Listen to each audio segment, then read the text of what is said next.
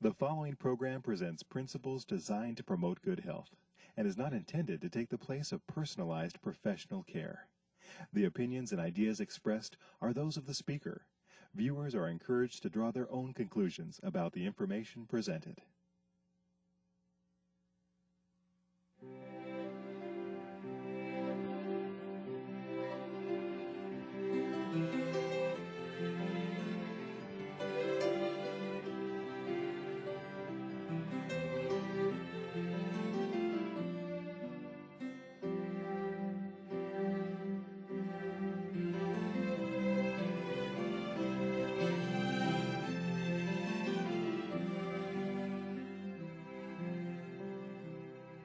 Hello and welcome to Health for a Lifetime. Today we're going to be talking with Dr. John Clark.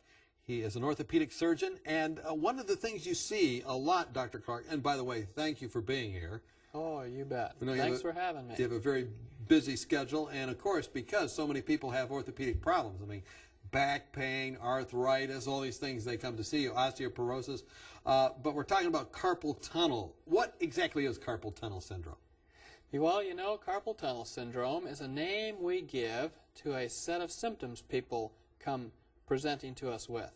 It's usually numbness in the thumb, index finger, long finger, and this part of the ring finger. So the thumb, the ring finger, or the index finger, long finger, and this part of the ring finger. Okay.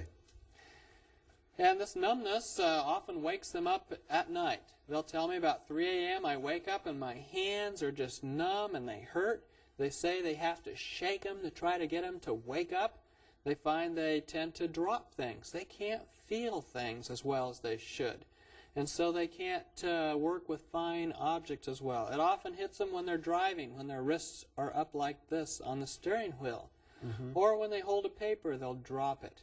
A lot of different things happen to them as a result of basically losing feeling in those fingers and thumb. Not good for a violinist, not good for a flutist, not good for a computer operator, not good for anything with those fine motor movements. That's right. So, you know, I like to kind of know how things work, and you're kind of a handyman, always have been. That's right. How does this happen? Is there some impingement on a nerve? What happens? That's right. It all has to do with what we call the median nerve.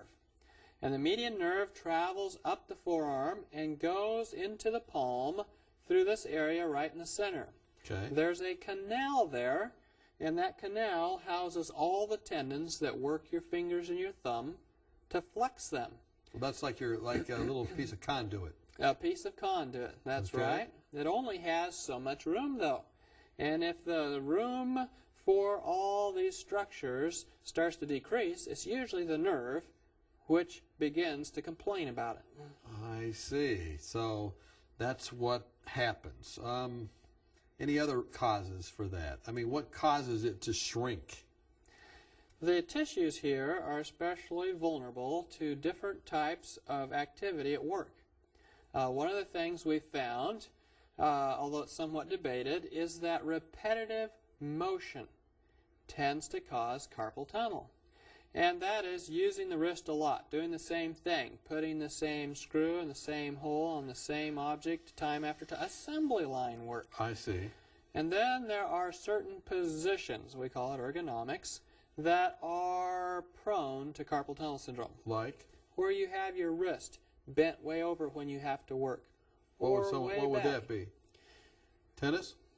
Well, not necessarily tennis, but if you're running a screwdriver like this, or maybe you're working a knob like this, or you have to have your wrist back like this, so you're working on the ceiling or something. Any place where your wrist is way flexed or way extended tends to decrease the space in the carpal canal, causing pressure on the median nerve, and you get the carpal tunnel syndrome. So, I mean, my sister has had carpal tunnel, but, you know, she's like, she does, you know, parties where she prepares a lot of food. She does a lot of mixing. She does all these, and so that's probably maybe related to the situation. It can be. It very much can be. There's also other factors that are related. People who have stress on their job are more apt to get carpal tunnel. Why is that? That's because this is a nerve, and of course stress affects your nerves. And sometimes we're not exactly sure why it happens that way. There is one hypothesis out there, and that is that the sympathetic and parasympathetic systems, which control the blood supply of the nerves, shut down the blood supply to the nerve as a result of stress. The body is shutting off the blood to the periphery. And we kind of see that. People who are stressed out might have white fingers or cold hands. It's because the blood supply has been shut down to those areas. So you say that in other words, some emotional or stress-related factors, ergonomics, or in other words, positions at work, repetitive trauma, and then you mention also confounding diseases. What do you mean by that? There are diseases that do tend to affect the tissues, and thus they affect the tissues surrounding the carpal tunnel. Diabetes is a well-known confounding disease. It creates the environment for carpal tunnel. It makes the tissues themselves stiffer. They get glycosylated, i.e. they get a lot of sugar stuck in them. Okay. And then that also affects little vessels, small vessels that go to the nerve, that go to the tissues. And so the tissues become stiff, they become glycosylated, they become hypoxic, and as a result, they become stiffer. They become more acidotic. And that is a problem for those tissues that surround the carpal canal. There's other diseases, one associated with drinking too much, and that is amyloidosis. It's the deposition of extra tissue elements in the area we're talking about. And when the canal, which is only so big, has to house something besides nerve and tendon, the space for each structure becomes smaller. So how does that alcohol lay that deposit down? It goes through the bloodstream and then it just kind of goes into the third space there and leaves refuse? Is that what you mean? No, it's actually related more to the kidneys and the effect of alcohol on the rest of the body. Amyloid is kind of a material that is collected in the tissues as a result of breakdown in other body parts. Okay. So it's secondary to drinking and its impact on the kidney and all that. That's right. All right, so how can I know for sure? Maybe, you know, some people have a diabetic neuropathy, which is probably different than carpal tunnel, or maybe they have other reasons that they have numbness. Maybe they have some kind of impingement in a joint or something. But how can you tell for sure that it's that conduit area you're talking about of carpal tunnel? First thing you want to do is go see your doctor, and they'll do a diagnosis on you. There's a number of different tests they use, physical exam tests, that help them decide if what you're feeling is really carpal tunnel or not. And when they get through with all those physical exams, they will also, if they want to know for sure, order what's called an EMG. This is a test that usually a neurologist performs, where they study the nerve conduction across the carpal canal. Mm-hmm. This test tells them if it's a slowed nerve response or a normal nerve response. If it's slowed across the carpal canal, then they know that it's carpal tunnel syndrome. Have you ever had carpal tunnel syndrome? Well, you know, one day I was working out in the garage and I started feeling a little bit of numbness in my fingers, and I was wondering if I was getting it. Of course, if you just have one incident where this happens, we don't call it carpal tunnel syndrome, but I have had that feeling before. So you know what it's like, and being, you know, an orthopedic surgeon, that would be concerning. It sure is. It sure was. I began to wonder what I should do, and, you know, I had treated a number of patients with this. And so I tried doing a few things that I teach them to do to see if it would work. Okay. And what I teach patients to do who come to me with carpal tunnel, I tell them, okay, we have a procedure we can do an operation on you. But a lot of patients I can cure using some more natural methods, not so invasive. The first thing I tell them to do is to drink lots of water. You want to keep these tissues well hydrated, keep the blood flowing to them very well, and so I'll teach them to drink plenty of water. The second thing I have them do is stretches. Now, when I have them do the stretches, I have them do 3 stretches in particular.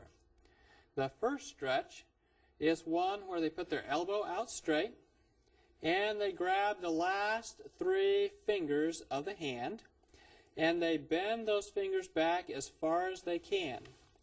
When you do that, you're stretching. Ooh. Yeah, feels good, huh? No, that's something Maybe I can stick some needles in my eyes at the same time. No. Keep your elbow real straight while you do it, Don. Like that? That's right. And when you're doing that, you'll feel the stretch all the way up here. And that is important for the muscles through which the median nerve travels up in the forearm, and also for stretching out the ligaments and tendons as they go through the carpal canal. Okay. So that stretch, I'll have them hold. For how long? For 2 minutes. 2 minutes? It's a long time. Oh, man. And they do it twice a day. Oh. Well, you know. We could sit here for 2 minutes, but I'm going to go on to the next one. Okay. That's basically the opposite. Again, we're keeping the arm out straight. All right. And I'm grabbing the last 3 fingers again. All right. And I'm bringing them as close as I can to the wrist. I'm bending the wrist as far as it'll go. I'm bending the first joint of the finger as far as it'll go. And I'm trying to get the fingers to actually touch the wrist.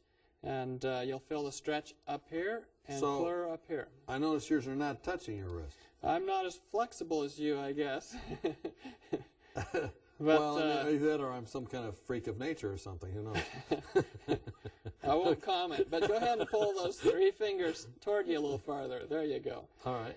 All right, so that's the second one. Okay. Again, hold it for 2 minutes. Twice a day. Twice a day. And that's a stretch. Now, the third one's probably the most important. I guess I saved the best to last, or maybe we say the third's the charm.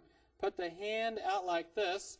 Grab the thumb with from underneath. Underneath. It's kind of a, this isn't yoga. Okay. But I'm grabbing the thumb, and then I'm pulling the thumb. Now you're going to say this was all a joke right after this, aren't you? Or does this really help? Okay. Good. All right. This is like carpal tunnel twister. All right. And again, for 2 minutes, twice a day. Now, in that stretch, you're stretching out the carpal tunnel, which is very important. You're stretching out a muscle up here, pronator, which the nerve passes through also. And so you're doing 2 things there that are very important for getting more space for the median nerve. And so in studies of patients who are given stretches to do, if they'll do their stretches, about half of them who would otherwise have had surgery can avoid surgery. Really? Now, do most orthopedic surgeons share this with people before surgery? No, they don't. A lot of times, though, they'll send them to a therapist who is supposed to share some of these things with them. So a physical therapist normally will share this? Well, not always. No, I don't think this is generally taught across the board, but physical therapists that I've had in my centers, I've trained them to show patients this. But there are some physical therapists that will do this. It's called, in some of their terms, tendon gliding and nerve gliding exercises. So those 3. Now, has there been any studies as to the effectiveness of those exercises that you just gave us? Yes, in patients who are given these exercises, about half of them can avoid surgery by doing these exercises. It decreases the number that have carpal tunnel syndrome. So when I was out working in my garage and I started getting that tingling, I thought, okay, I better do my own stretches. And so I went to doing my own stretches for 2 minutes. And the reason I do it for 2 minutes is because if you do it for less than a minute, it tends to rebound, get tighter. I see. But 2 minutes gives it a chance to totally stretch out, relax, and have the ability to give more space for the median nerve. Wow. I mean, these are the things you would try and should try before you contemplate surgery. That's right. We've been talking with Dr. John Clark. We're talking about carpal tunnel syndrome, but we're going to talk about some other things too. Have you ever heard of tennis elbow? We're going to talk about it when we come back. Are you confused about the endless stream of new and often contradictory health information? With companies trying to sell new drugs and special interest groups paying for studies that spin the facts, where can you find a common-sense approach to health? One way is to ask for your free copy of Dr. Arnott's 24 Realistic Ways to Improve Your Health. Dr. Timothy Arnott and the Lifestyle Center of America produced this helpful booklet of 24 short, practical health tips based on scientific research and the Bible that will help you live longer, happier, and healthier. For example, did you know that women who drink more water lower the risk of a heart attack? or that 7 to 8 hours of sleep a night can minimize your risk of ever developing diabetes. Find out how to lower your blood pressure and much more. If you're looking for help, not hype, then this booklet's for you. Just log on to 3abn.org and click on free offers or call us during regular business hours. You'll be glad you did. Welcome back. We've been talking with Dr. John Clark. We've talked about carpal tunnel syndrome, and during the break you were saying to me that you had a man that came and just wouldn't do those exercises, said he couldn't do them. And, you know, they are, you know, you have to have discipline to do that, but he wouldn't do them. And That's right. And the therapist I sent him to was also supposed to teach him the exercises, and the therapist was kind of being, you know, was very interested in the outcome of this case. So he showed up at my clinic. And so when I went in to see this patient in the room, the therapist came with me, and we both walked in the room, and the patient was like, okay, I didn't do my exercises. I'm sorry. And I said, oh, it's not a problem. I can forgive you. But that won't make your carpal tunnel better. If you don't do your part of the work, you won't get better. And I kind of thought, you know, that has a spiritual lesson to it. You know, God can forgive us all he wants. He's very forgiving. But unless we take hold of Jesus Christ for strength and go and sin no more, we're going to have carpal tunnel syndrome or worse things. Interesting. Those exercises, by the way, I know are going to be a great help, but there's another problem people develop. We want to talk about two of them, tennis elbows and ankles. Let's start with tennis elbow. Okay. Tell us about tennis elbow. Why do people get it? How do they know if they really have it? How do you rule it out? What kind of things? You probably have some more exercises. Tell us about it. Sure. You know, just because we call it tennis elbow doesn't mean only tennis players get it. Tennis elbow is pain in what we call the lateral aspect of the elbow. It's over here where the muscles that extend your wrist. Where you feel them when you do like that. Yeah, Okay. exactly, Don. And you can feel them right there. You can feel the bony prominence of your elbow I got it. on this side where those muscles hook to the bone. All right. That is where the tennis elbow takes place. We call it, in scientific terms or medical terms, lateral epicondylitis. Now, what do we call it, tennis elbow? Let's call it tennis elbow. And what happens there is the patient gets pain there. Now, we would think it would be from inflammation or something like that. But actually, scientific studies have shown that that pain is due to a lack of blood supply. We call it ischemic pain, kind of like pain you get in your heart when you lose blood supply to your heart, a heart attack or a myocardial infarction. This area is especially prone to that because the vessels there aren't very big. There's not a good blood supply. And so a area of the tissue tends to be vulnerable. What happens as a person overuses that area, the body's ability to keep up with the lactic pain, acid or the buildup there? yeah, the lactic acid, the pain, the strain, and pretty soon you end up with a sore area. Now, it's not necessarily easy to treat, and there's a lot of things in the literature that have discussed anything from injections of both steroids or even blood to doing surgery on the area. Well, I see these people that wear these big bands. Yes, and the bands are also used. So talk about those different things with us. You know, you have listed hydrotherapy, stretching, icing, all these different things. That's right. When a patient comes to me and they have a pain in their elbow that I decide is tennis elbow, I put them on a program designed to reestablish good blood supply to that area. Okay. And so I will do the stretching just like we talked about for carpal tunnel, but mainly the one where you're taking the fingers and pulling them to the wrist. Okay. This is causing the stretch on the muscles that attach to the lateral epicondyle, Right. the area where the 2 tennis minutes elbow. again.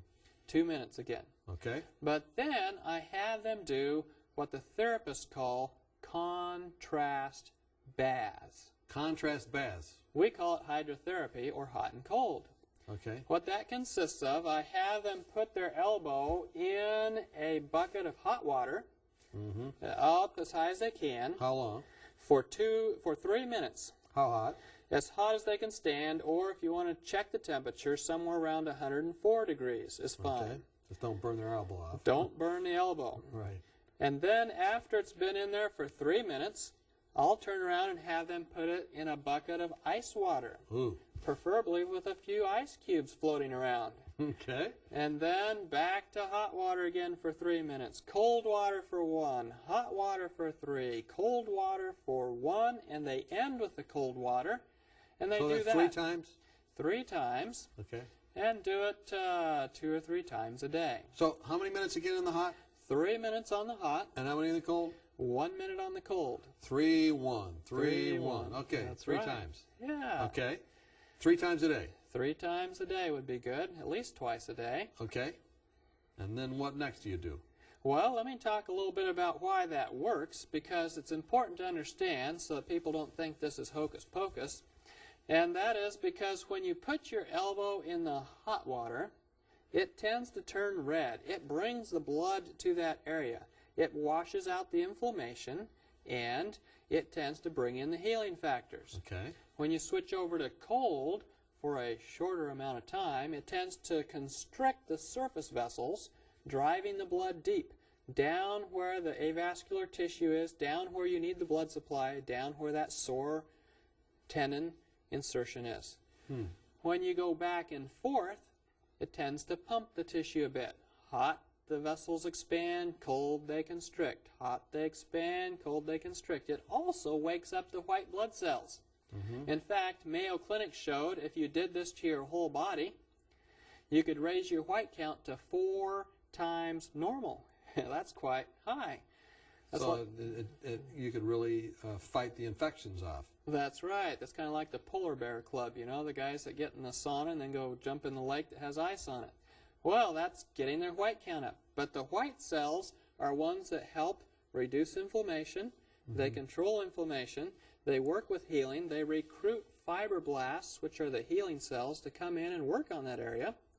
And then when you end in cold, the body goes, oh, it's cold down here. And it goes and warms that area up. And all that process stimulates vascular activity. And that's what you need for lateral epicondylitis, because it's an avascular, a problem without vessels. The vessels have not covered that area well.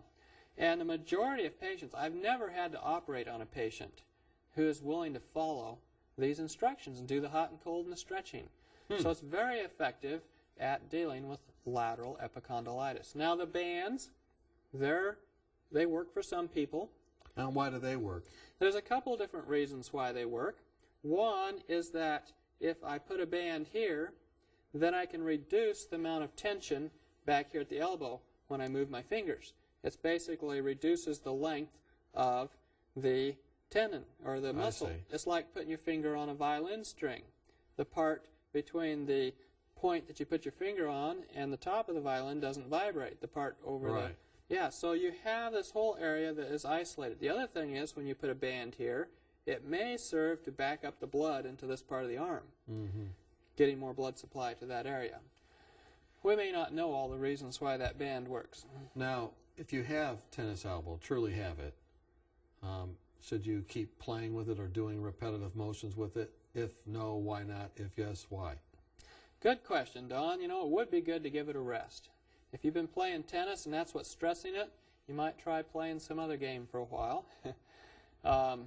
And then, you know, if you have trouble still after that, then you might try changing occupations. Or if you want, you can have somebody operate on it, but that isn't always guaranteed to fix the problem. What about injections? Injections have been tried. There's been a lot of discussion about that. They've tried steroid injections. Sometimes it works, sometimes it doesn't. It hasn't had a great deal of success. And then some people, knowing that it was ischemic, i.e., there wasn't a good blood supply there, started taking a patient's blood and shooting some of the patient's blood in there in order to stimulate vessels to grow into the area. And that's had limited success also. So, I mean, if I'm a professional tennis player watching and I, don't want to switch jobs and different things, maybe prevention, if I know how to get out of this, would it be good to every so often be doing these exercises and whatnot so it doesn't come back on? That's right. It would be good to do the stretching, but even as important or more important than that is keeping well hydrated. Okay. We don't have much time, 2 minutes or 3, to talk about my ankle that's sprained. What? It's not really sprained, but let's say, what do you do for a sprained ankle? Well, when you sprain your ankle, Don, I sprained my ankle a few months ago, and I thought I'd broken it. I could not walk. I was crawling around the house, and I'm thinking, oh no, I'm going to be in a cast. What am I going to do? I got to work. Well, it was a problem. So I started doing the same thing of hot and cold we just described on the ankle. I put it in hot water for 3 minutes, ice water for 1 minute, back and forth 3 times. Okay. I did that for a couple days, and it felt so good I could walk on it. I turned around and sprained it again. So I went back to the hot and cold again, but it worked. The same principles applied there as well. Of course, the best thing is probably to not sprain your ankle to begin with, if That's possible. right. What about ACE bandages? Anything else like that? ACE bandages are all right. They tend to put a little back pressure on the ankle and give you a little bit more insulation. The hot and cold is probably the best thing you can do. Some people wonder if you should do hot and cold if it's really swelling bad and looking purple. Then you might just want to ice it. And if you ice it, what you want to do is take a large chunk of ice that you can hold in your hand and put ice right on the bare skin and rub it over the most swollen area for 12 to 20 minutes. And this is very effective. For the first little bit, it'll hurt. It'll feel a lot of aching pain. But when you get out at about 12 minutes, it'll totally go numb, and it'll bring back, and then it'll have a rebound circulation to the area to help heal it. An ice massage is very effective for a sprained ankle. Fascinating. We've talked about carpal tunnel. We've talked about tennis elbow. We've talked about sprained ankles. We've got a few seconds left. Is there any parting thought you would like to leave? Any spiritual lesson you've learned in dealing with these bone issues? Don, the biggest thing I want to say here is that God does not want us to suffer. Often I tell my patients, especially when I pray for them before surgery, God doesn't want you to suffer. God wants you to get back to doing the things you enjoy doing without pain. What a wonderful thought. We're glad that you have been with us today. Whether you have carpal tunnel syndrome or know someone that does, you have a game plan for that. Tennis elbow, the same thing. Sprained ankle, the same thing. What a useful program this has been. But it's only useful if you do it. So we encourage you to do that, try these things out, and as a result, we hope you have health that lasts for a lifetime.